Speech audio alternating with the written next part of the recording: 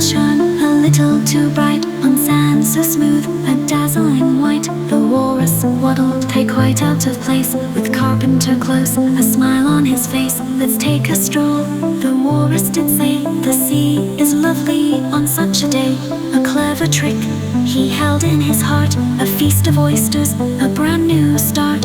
Oh, the oysters, so innocent, small, heard the voices and answered the call.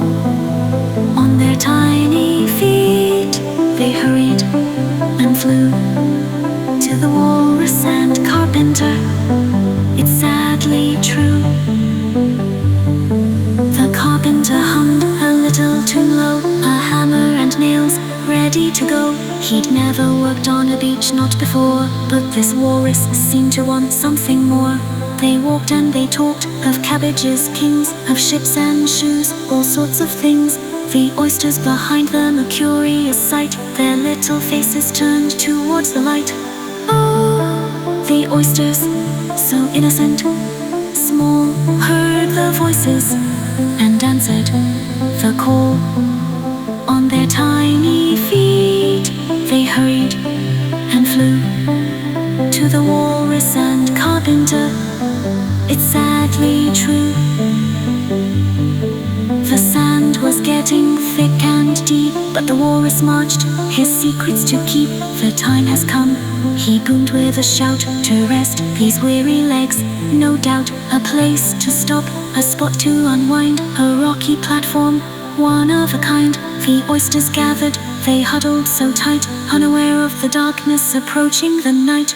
Oh, the oysters, so innocent, small, heard the voices and answered the call. On their tiny feet they hurried and flew to the walrus and Carpenter. It's sadly true. The walrus sat down, a tear in his eye. I weep for you now, he let out a sigh. The carpenter, though, began to prepare a table to sit with such gentle care. He laid out a cloth of a beautiful blue and served up the oysters, a most unusual stew. The poor little creatures, they hadn't a clue that this was their end and what they must do. The sun began to set, the sky turned to flame. The walrus and Carpenter played their cruel game.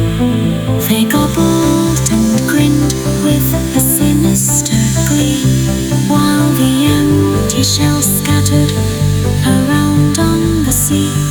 No regrets were expressed